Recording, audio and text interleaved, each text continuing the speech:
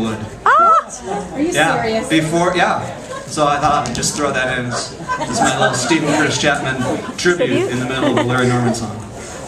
Good. Okay, not really. But he really was a clogger at Dollywood. He really was.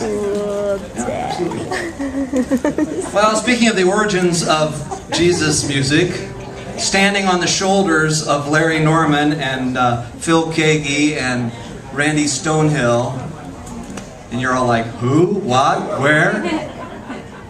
So sad. So sad. Anyway, standing on their shoulders was a man that was mentioned earlier, another Hoosier, just like myself, Rich Mullins. And he and his friend Beaker were sitting around talking, discussing about, you know, people say, I want to be just like Jesus, or when I grow up, I want to be like Jesus. And then they start, well, what was it like when Jesus was growing up?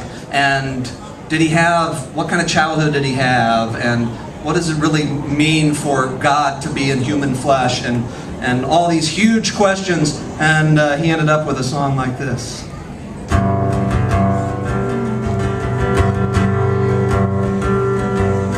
You was a baby like I was once. You was crying in the early morn. You was born in a stable, Lord. Wells Memorial is where I was born. They wrapped you in swaddling clothes. Me they dressed in baby blue. When I was 12 years old in the meeting house, listening to the old men pray, I was trying hard to figure out what it was that they was trying to say.